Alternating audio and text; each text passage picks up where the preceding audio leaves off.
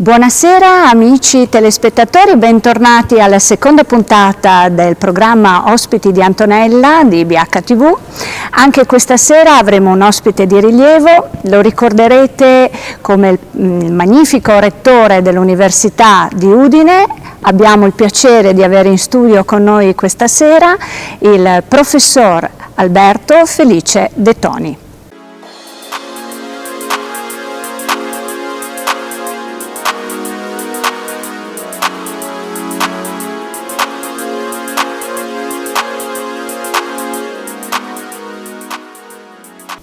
Arriviamo alla puntata di questa sera perché in studio con noi c'è un ospite di rilievo e l'argomento sarà appunto la formazione dei giovani e meno giovani. Lo ricorderete tutti come il magnifico rettore dell'Università degli Studi di Udine. Ho il piacere di presentarvi, è qui con noi stasera il professor Alberto Felice De Toni. Benvenuto. Bentrovati. Un benvenuto a tutti i telespettatori. Buonasera professore. Presidente della Fondazione CRUI, quindi Conferenza Rettore Università Italiane, direttore scientifico del QO Business School, presidente della Scuola Superiore della Difesa e Sicurezza, coordinatore scientifico della Feltrinelli Education, e mi fermo qui altrimenti... Altrimenti abbiamo tutta la trasmissione col curriculum. Esattamente. Professore, sì. Quando ha deciso di impegnarsi nel campo dell'alta formazione, quali sono stati i suoi primi passi e con chi li ha fatti? Beh, allora ho cominciato ad occuparmi di formazione in maniera istituzionale quando ero preside della Facoltà di Ingegneria di Udine e il ministro Fioroni mi chiamò per fare la riforma dell'istruzione tecnica e professionale. Fu un progetto abbastanza lungo, addirittura lui terminò di fare il ministro, subentrò la ministra successiva che fu la Maria Stella Gelmini e il progetto andò avanti 3 anni e portammo in porto la riforma dell'istruzione tecnica e professionale, che è stato ovviamente un traguardo importante per chi si occupa di istruzione e di formazione. E da grande ha mai pensato che sarebbe diventato un magnifico rettore? No, da piccolo pensavo al massimo di fare l'ingegnere, ecco, infatti poi lo sono diventato perché io ho trascorso l'infanzia a casa dove mio padre faceva il sarto, aveva una ventina di artigiani e durante l'intervallo queste persone mi facevano giocare con il Lego, con il Meccano, e tutti mi dicevano da grande devi fare l'ingegnere, e infatti lo sono diventato. Il magnifico ingegnere. Pandemia Covid a parte, se possibile, cosa significa per lei oggi ricoprire il ruolo di presidente della Fondazione CRUI? Beh, allora, la Fondazione CRUI sostanzialmente è il braccio armato della CRUI, cioè la Conferenza dei Rettori delle Università Italiane. Di fatto la Fondazione opera con tutti quanti i ministeri in tutti i progetti dove sono implicate le università. In particolare io mi sono occupato in questi anni dell'attivazione delle lauree professionalizzanti prima e proprio di recente dell'attivazione in Emilia Romagna con l'Università di Bologna, che ha fatto capofila, di una fondazione per la formazione professionalizzante con dentro tutte le università della regione, gli ITS e gli industriali, e questo a mio modesto avviso è un progetto molto importante perché in nuce rappresenta le Fachschulen, che è sostanzialmente il modello tedesco che noi da anni sosteniamo come il modello vincente per dare al sistema produttivo le competenze di cui ha bisogno e dare molte opportunità ai ragazzi e alle ragazze per trovare un lavoro qualificato. Quindi, professor De Toni, che futuro vede per i giovani? Beh, allora dobbiamo distinguere tra i giovani italiani e i giovani degli altri paesi, perché l'Italia, lo sappiamo tutti, è un paese che ha le sue difficoltà e come tutti quanti i paesi europei le opportunità per i giovani oggi sono minori di quelle di una volta, ecco. Però se parla di giovani in generale, in realtà abbiamo un sacco di paesi del terzo mondo che stanno crescendo, quindi abbiamo nell'istruzione, ecco, la grande leva di riscatto sociale. Non c'è niente da fare, la cultura è l'infrastruttura più importante di un paese, e un paese che lavora per dare una, diciamo, capacità critica e competenze professionali è un paese che lavora per favorire i propri giovani, ecco. Quindi io credo che in Italia abbiamo, che se ne dica, un buon sistema di istruzione universitario, e quindi io dico che per i ragazzi italiani ci sono delle buone opportunità. E per i giovani che purtroppo non possono proseguire gli studi oltre alle superiori, che consiglio potrebbe dare loro? Guardate, io dico sempre che la scuola e l'università organizzano le più grandi evasioni di massa mai viste nella storia, e sono le evasioni delle gabbie dell'ignoranza. Quindi io dico sempre che una persona apprende finché vive e un'organizzazione vive finché apprende. Quindi ai ragazzi che non possono continuare gli studi dico: cercate comunque di ricavarvi del tempo alla sera oppure nei weekend per iscriversi. Oggi è possibile, anche tutte le università oggi sono di fatto telematiche, è possibile iscriversi e seguire dei corsi di studio, se non universitari, ad esempio nell'istruzione tecnica superiore o in altre diciamo, opportunità, perché io credo che alla fine non c'è niente da fare, il livello di studio è direttamente proporzionale alla capacità critica dell'individuo, e quindi studiare non solo per sé ma anche per le proprie possibilità di crescita professionale. Professore De Toni, lei è stato, oltre che magnifico rettore dell'Ateneo di Udine, anche presidente della conferenza di tutti i rettori italiani. Oggi, come Antonella ha ricordato, presiede la fondazione della conferenza dei rettori italiani. Da quell'osservatorio nazionale, quello precedente e quello attuale, e spogliandosi per un attimo del fatto che lei è un docente dell'Ateneo di Udine, ecco, come giudica il nostro Ateneo, l'Ateneo Friulano, l'Università del Friuli? Che cosa c'è di buono, di positivo, e che cosa bisogna ancora fare per diventare ancora meglio della situazione che, a mio modesto, io esprimo un mio giudizio, assumendomi le responsabilità, secondo me noi abbiamo un grande Ateneo. Allora, noi abbiamo fatto in questo Ateneo un'operazione importante, cioè per 5 anni abbiamo portato tutte le università italiane a sostanzialmente fare il loro convegno annuo per pianificare, diciamo, il divenire del sistema universitario. Non a caso abbiamo fatto il piano nazionale digitale università e abbiamo immaginato qui anche le lauree professionalizzanti. Poi non dimentichiamoci che nel 2017 abbiamo fatto il G7 University. Per un giorno l'Ateneo di Udine è stato sulla vetta del mondo, e quindi secondo me abbiamo fatto un'operazione che tanti grandi atenei italiani non sono riusciti a fare, ecco. E poi noi siamo riusciti sostanzialmente a creare una grande coesione interna, siamo riusciti a portare per la prima volta anche il Capo dello Stato Mattarella all'anno accademico, e questa è la prova provata che, diciamo, avevamo dei riconoscimenti esterni importanti. Abbiamo avuto dei grandi riconoscimenti, ad esempio i brevetti sui vitigni resistenti agli antiparassitari è diventato ormai di fama, vorrei dire, mondiale. È così. Ecco. Poi, ad esempio, non so se lo sappiate, ma il Ministero della Difesa ha diciamo, attribuito ai nostri colleghi di informatica dei progetti addirittura di sicurezza interna degli Stati Uniti, quindi ecco, diciamoci la verità.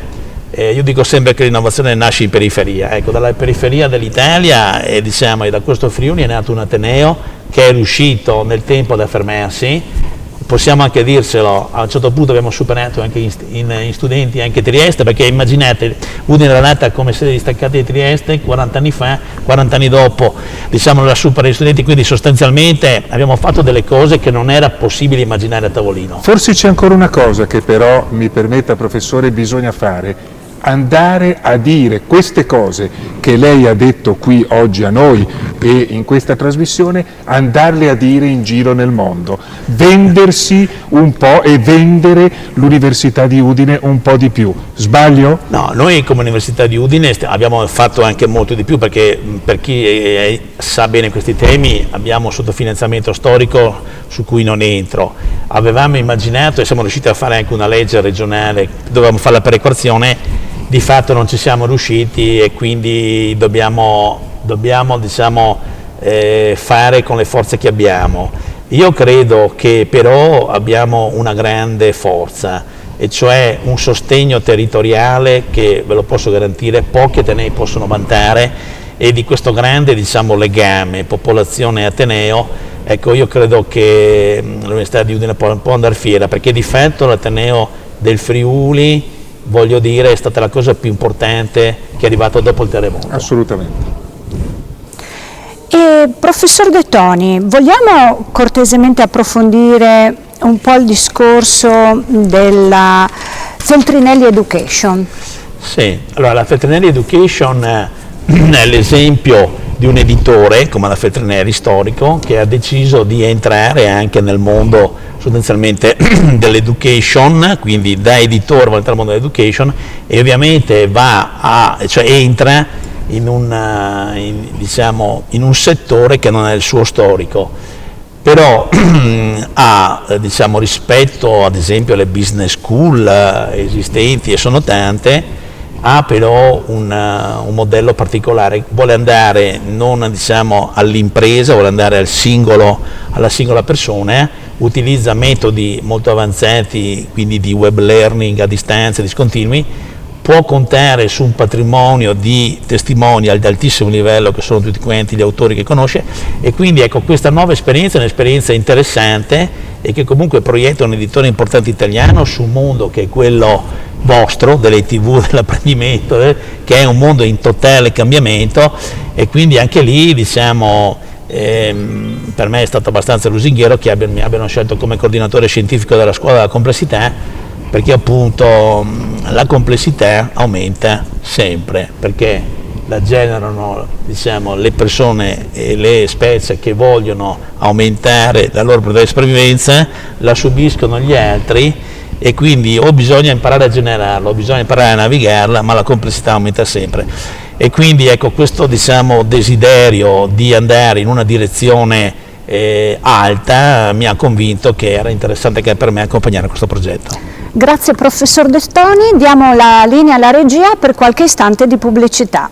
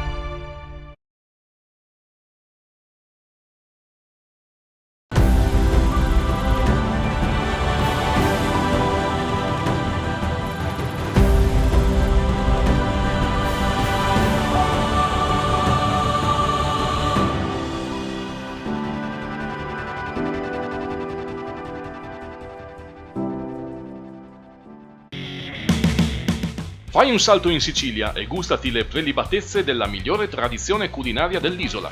Al bar Trattoria Ippolito a Cividale del Friuli trovi cannoli di ricotta, arancini, vini dell'Etna, nero d'avola spumantizzato, marsala, ricotta di pecora.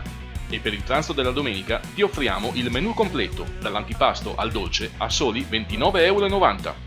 Bar Trattoria Ippolito in via Gagliano 64 a Cividale del Friuli. La migliore cucina siciliana nel cuore del Friuli.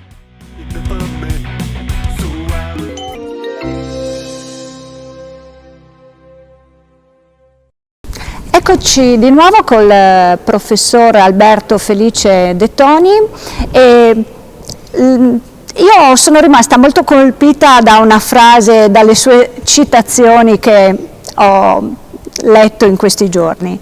Una in particolare: la vita premia chi sa integrare ordine e disordine. Allora, la domanda che mi sorge spontanea: come possiamo salvarci dai poli estremi, ovvero oggettivi e soggettivi, che cercano di sbilanciare anche il nostro equilibrio?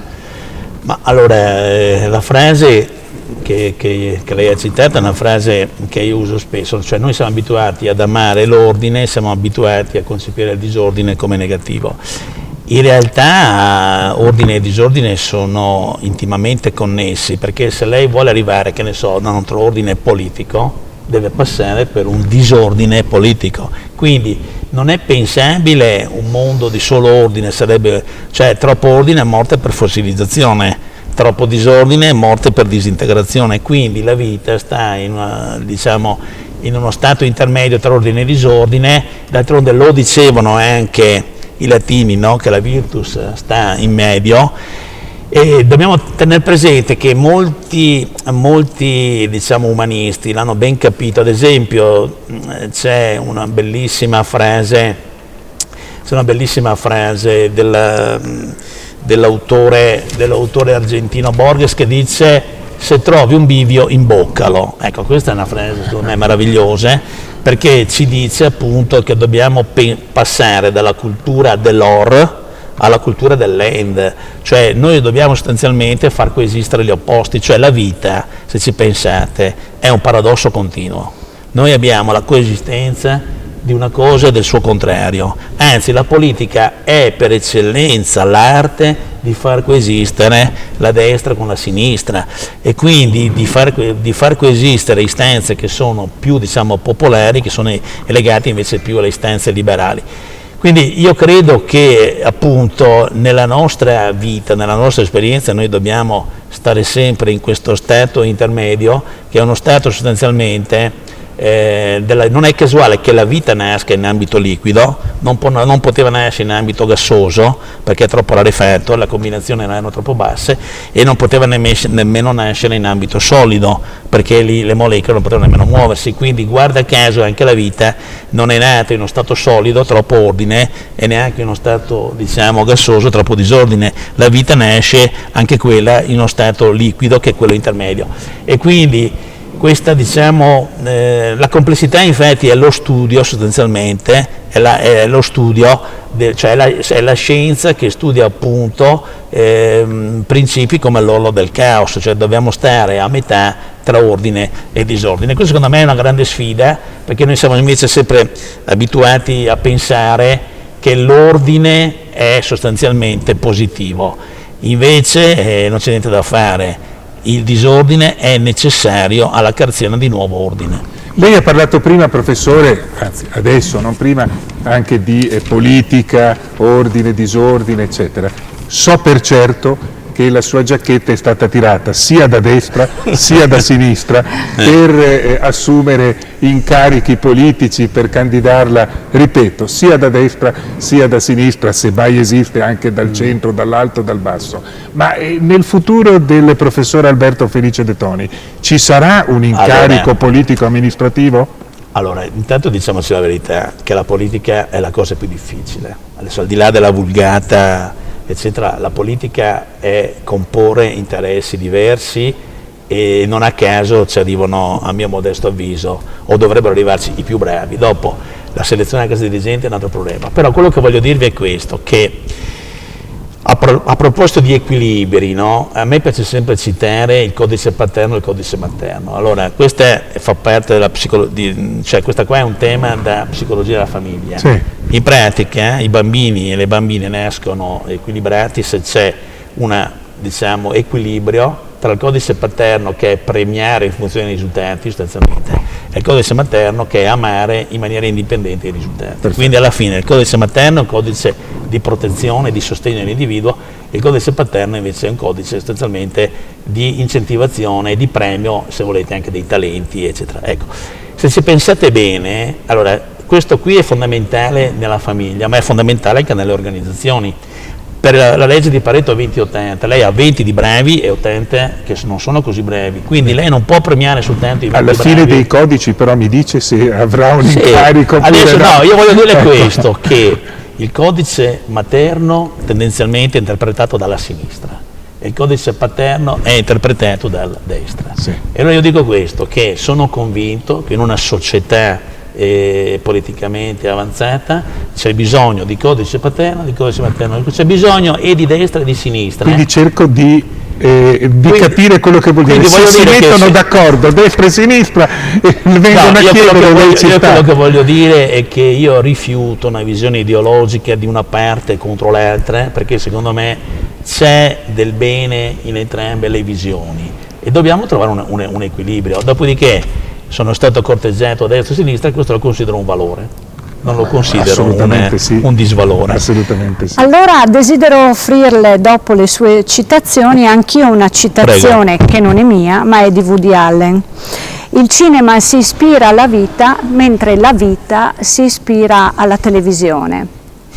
E lei, la sua vita, da cosa è ispirata, professore? Non parli male della televisione, perché siamo in televisione. Allora, diciamo la verità, che ciascuno di noi ha molte appartenenze, fa molte cose, eccetera. È chiaro che io, ad esempio, se penso all'educazione, che vuol dire educere, tirar fuori, Don Milani è stata una figura che sul piano, diciamo, dell'insegnante, che vuol dire lasciare il segno, cioè insegnare vuol dire lasciare il segno, educare vuol dire educere, trarre fuori. Assolutamente. Quindi immaginare che un prete di montagna, messo tra l'altro, punito, messo su un paesino a Barbiana, eccetera, è riuscito lontano da tutti e da tutti a creare un modello di scuola personalizzata, e i suoi allievi oggi sono tra i maggiori sindacalisti e politici che abbiamo in Italia. Devo dire che sul piano dell'education Don Milani è una persona che ha sempre avuto in me. Ma ad esempio sul piano della politica, per stare in tema, sicuramente personaggi come De Gasperi o come Moro o Berlinguer hanno avuto sempre a me un grande riferimento, perché sono quelli che hanno lavorato per grandi intese. Il successo nasce dalle alleanze anche nelle società, e quindi l'idea di cercare degli equilibri, si chiamavano equilibri avanzati all'epoca, o addirittura le convergenze parallele. Secondo me, sul piano politico noi dobbiamo ispirarci a persone che lavorino per la coesione sociale, che è un grande valore, perché la dialettica è parte dell'evoluzione. Però attenzione, se superiamo un certo livello finiamo in scontro, e quindi ecco che sul piano politico ho avuto sempre questi riferimenti. Ma ad esempio in letteratura, lasciatemi dire, io sono molto attratto da Calvino. Calvino è un umanista che ha capito la complessità. Se vi leggete Il Castello dei Destini Incrociati è una cosa meravigliosa. Voi avete che i viandanti si trovano in quel castello e si raccontano delle storie usando i tarocchi, e sostanzialmente usando queste immagini ci sono milioni e miliardi di storie. Quindi un umanista che capisce la complessità, secondo me è un umanista che può e deve ispirare molte persone. Però devo dire la verità, mi ha molto colpito anche Gadda. Gadda è un ingegnere che ha fatto l'umanista. Ecco, l'ingegneria gestionale che io ho fatto di fatto è l'alleanza tra la parte scientifica e tecnologica e la parte umanistica.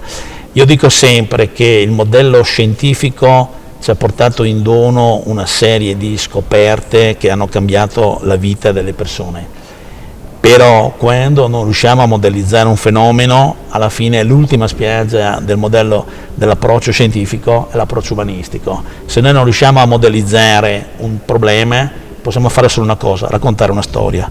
e la trama è un esile filo rosso, è un mini modello che cerca di interpretare quello che non riusciamo a capire. E quindi ecco che la coesistenza dell'approccio scientifico, l'approccio umanistico è un grande punto di forza, sono strumenti diversi che affrontano livelli di complessità diversa.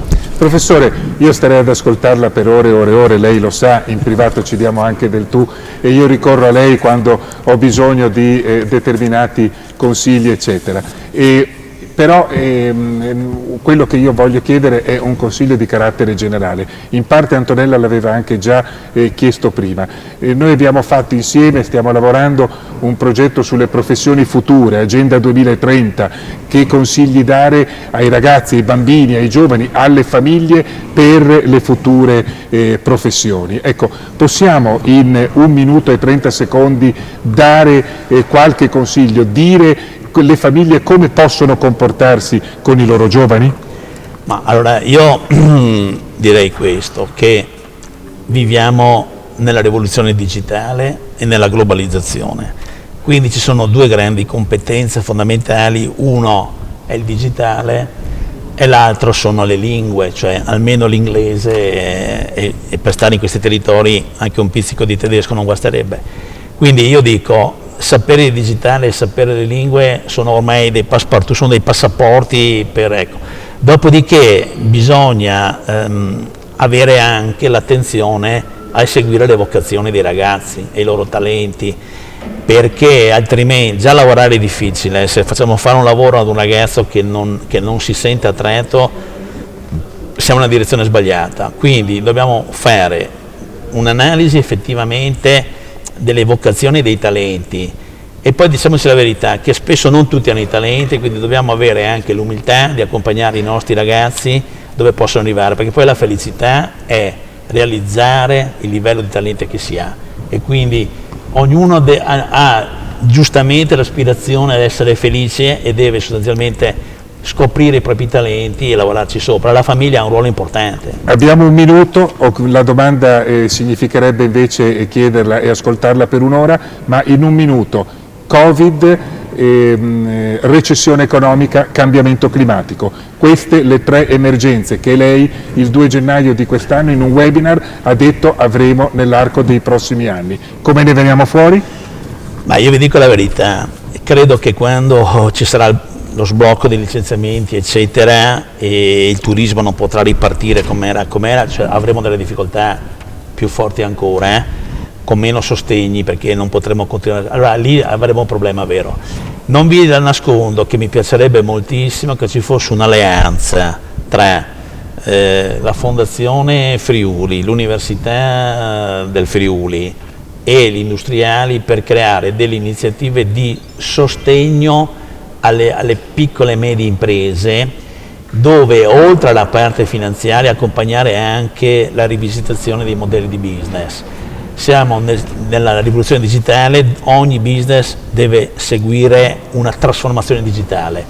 Gli imprenditori ci mettono molto intuito, molto impegno, ci vuole anche un po' di competenza, quindi secondo me sarebbe interessante avere un accompagnamento sistematico basato anche qui però su un accordo di tipo istituzionale. Grazie professor De Toni, purtroppo siamo in chiusura e prima di salutarla desidero ricordarvi che siamo in onda tutti i giovedì sul canale 113 di BHTV alle 20:30.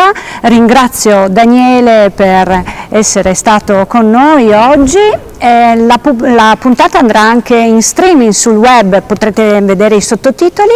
Grazie ancora al professor Alberto Felice De Toni di essere state con noi e arrivederci alla prossima settimana. E buona fortuna a tutti. Assolutamente. Grazie.